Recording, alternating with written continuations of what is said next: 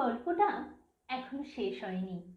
শোনো, পাহাড়টা আগেই বলেছি ভালোবেসেছিল মেঘকে, আর মেঘ কিভাবে শুকনো খটখটে পাহাড়টাকে বানিয়ে তুলেছিল 26 বছরের ছোকরা, সে তো আগেই শুনেছ। সেদিন ছিল পাহাড়টার জন্মদিন। পাহাড় মেঘকে বললে, আজ তুমি লাল শাড়ি পরে আসবে। আর মেঘ পাহাড়কে বললে, আজ তোমাকে স্নান করিয়ে দেব চন্দন জলে। ভালোবাসলে নারীরা হয়ে যায় নরম নদী, আর পুরুষেরা চলন্ত কাঠ। সেইভাবেই মেঘ ছিল পাহাড়ের আলিঙ্গনের আগুনে, আর পাহাড় ছিল মেঘের ঢেউ জলে। হঠাৎ আকাশ জুড়ে বেজে উঠল ঝড়ের জগঝম্প। ছাগড়া চুল উড়িয়ে চিন্তার ভঙ্গিতে ছুটে এলো এক ঝাঁক হাওয়া।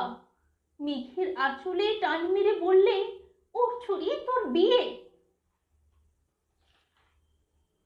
এখনো শেষ হয়নি গল্পটা।